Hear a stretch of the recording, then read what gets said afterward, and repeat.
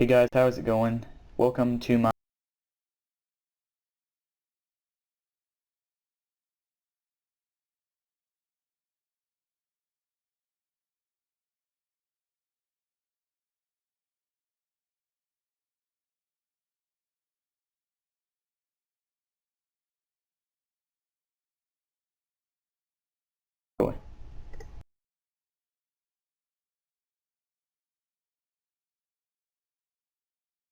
Alright, let's start at Section 1.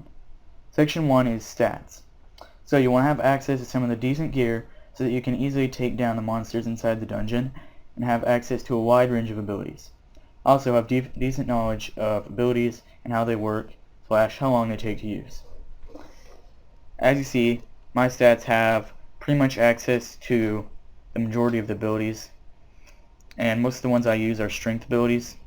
So if you look, that'll load. There we go. If you look, I can do all of these pretty much, except for Frenzy at 86 strength. To start a party, you need to talk to this guy right over here. His name is Dungeoneering Tutor, and hopefully you already know where to get to Dungeoneering. If you look, just check the map. It is near Alcaherd, and there's a boat that takes you there. Once you talk to this guy and get the ring, you click on the ring and click Open Party Interface. Then it's going to open up this tab right here, and you're going to click Form Party. Then you're going to choose the floor you would like to use. I'm going to do floor 38, highest I can get to at this moment.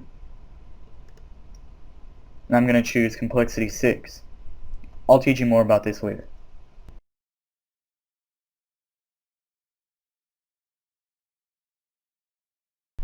Next up we have number 2, Binds. And now binds help you defeat your enemies quickly, and they also help retain / give you more health. Keep in mind that the higher your dungeoneering level, the more binds you will have access to. Your first bind is going to be a weapon, preferably a 2H weapon, because they're the most powerful. Your choices are number 1, a 2H, number 2, a maul, or number 3, a spear. You can choose any of these, it's all just personal preference. Most players would choose to use a melee setup because you don't need to bind any runes or arrows. You can now have 10 binds, but you can only take out a certain amount at once, depending on your dungeoneering level. Your second bind should be an armor piece, like a plate body, or a Shadow Silk Hood. In this video I have both of them. Shadow Silk Hoods make humans inside the dungeon non-aggressive, allowing you to take less damage. Also, keep in mind that mages will disable your hood, so be careful.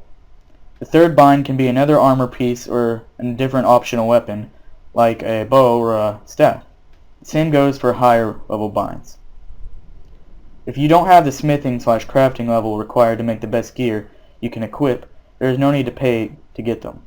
Join the channel Dungsmith, that's D-U-N-G space Smith, and ask in the chat if anyone is available to help you. If not, then just wait patiently for someone to become available. If you do use their friend chat, I recommend that you already have at least Complexity 6 unlocked. As you see here, I've joined the channel Dungsmith, and as you see, it says no paying. And that's absolutely right. The only pay you have to do is, you might have to wait a little while.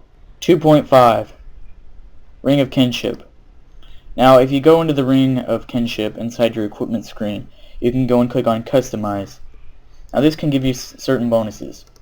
In melee, it gives you 3. The best one is probably going to be Berserker. I have it at tier 3. Now you can get it a lot higher than this, but I think tier 3 is fine for me right now since I'm trying to save my tokens as much as possible. But if you'd like to upgrade, you click on this button, and then it says upgrade cost that much. I mean, I really could spend that, but I don't feel that I actually need it. And then there's ranged. I believe Desperado is the best for that. Magic, I believe it's Blister. And Skiller, probably Gatherer. Anyway guys, let's move on to the next section.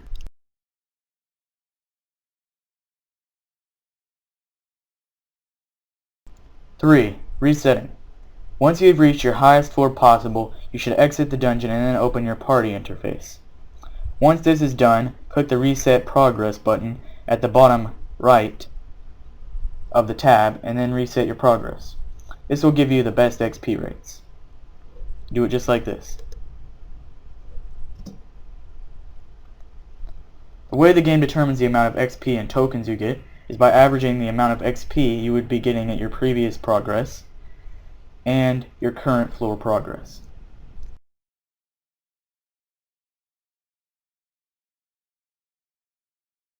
Four, rushing. Rushing is doing the floor as fast as possible and as quickly as possible. This usually gives you the best XP and it doesn't waste your time.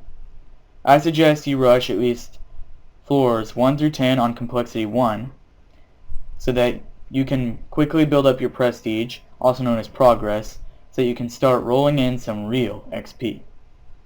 From there you can choose whether to do small floors or medium floors. Large is not available when soloing. I personally do floors 1 through 10 on complexity 1, 11 through 29 on complexity 6 small, and 30 plus on medium complexity 6s. You do not have to do it this way. You should not rush lower floors if that is all you can reach. I don't recommend full out rushing until you can reach around floor 20. For instance, at floor 20 you can do C1s 1 to 10, smalls 11 to 15, and mediums 6 to 20. However, you can do this any way that you choose.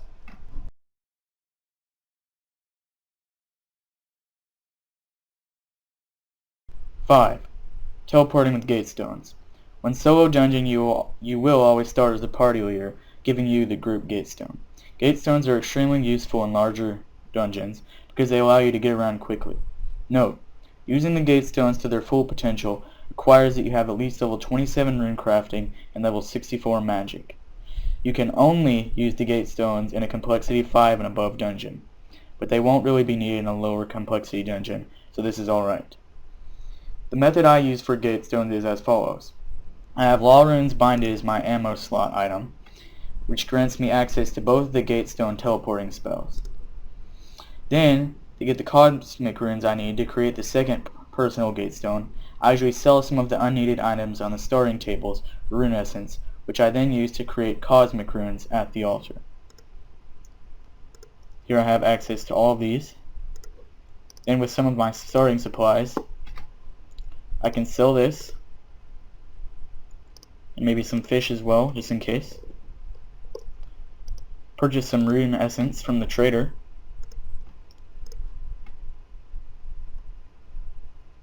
And then create some cosmic runes. You won't need that many, so you probably will not need to sell any fish, but just in case, you always can. The purpose of using Gatestones is so that you can leave them in an area that you are not yet able to go past, and then come back once you have the required keys. You could also place one at the end of the dungeon after you beat the boss, if you would like to go back and open every door for the maximum XP. I'll now demonstrate how to use the Gatestones.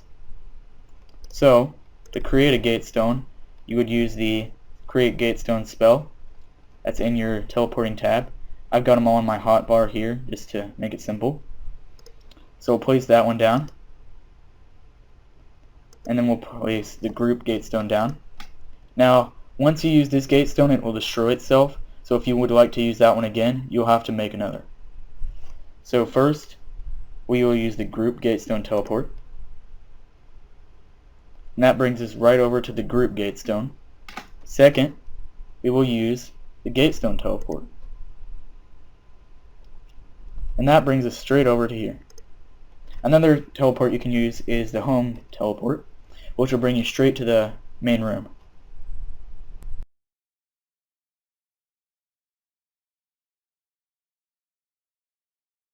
Six, ability bar.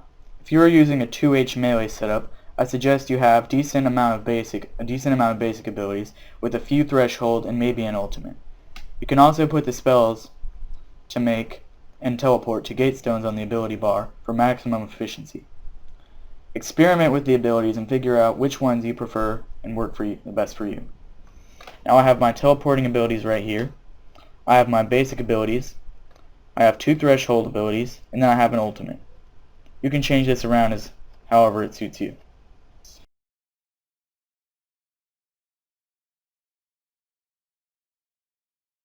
8. Should you kill all the monsters? No. The only 3 times you would want to kill the monsters is 1, if they are in the way of something like a puzzle, 2, if it is a guardian room, or 3, if it is obviously the boss room. Otherwise, it is just not worth killing anything at all. If you're afraid of taking too much damage, the Shadow Silk Hood can help you, but it is slightly hard to obtain. As you see, in this room it is not a guardian door, it's a puzzle door. So I can leave the enemies behind and focus on completing the puzzle.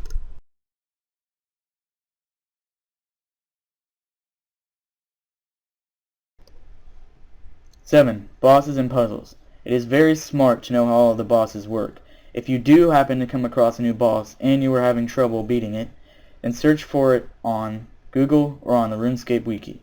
You will eventually figure out how to beat most of the bosses, and your dungeon times will get shorter and shorter. The same thing goes for puzzles. If you can't figure it out, then just Google it. I was meant to showing you this boss fight, but I didn't have much food. And another thing you want to do is you want to try to unlock as many rooms as possible. Now all of these rooms are locked and I can't open them because I don't have the required levels. Alright, keep in mind that I was talking in some of the video, so this dungeon time might be a little over what it should be. But there we go. Not the best XP. It really wasn't that good because of all the talking I did and because I missed a lot of videos. I missed a lot of rooms. But hey, that wasn't so bad. It was still pretty decent XP. And for a solo dungeon, that's pretty beast. Anyway, thanks for watching. I really hope you enjoyed this guide. If you did, please tell me by liking the video, commenting, and even subscribing if you would like to see more. This video took me a long time to plan and make, so it would really be appreciated. I realize soloing is not for everyone, but this guide should still show you how to do the basic things in Dungeoneering, and the only way to get faster XP is to level up and practice. Thanks for watching guys, and I will see you in the next video.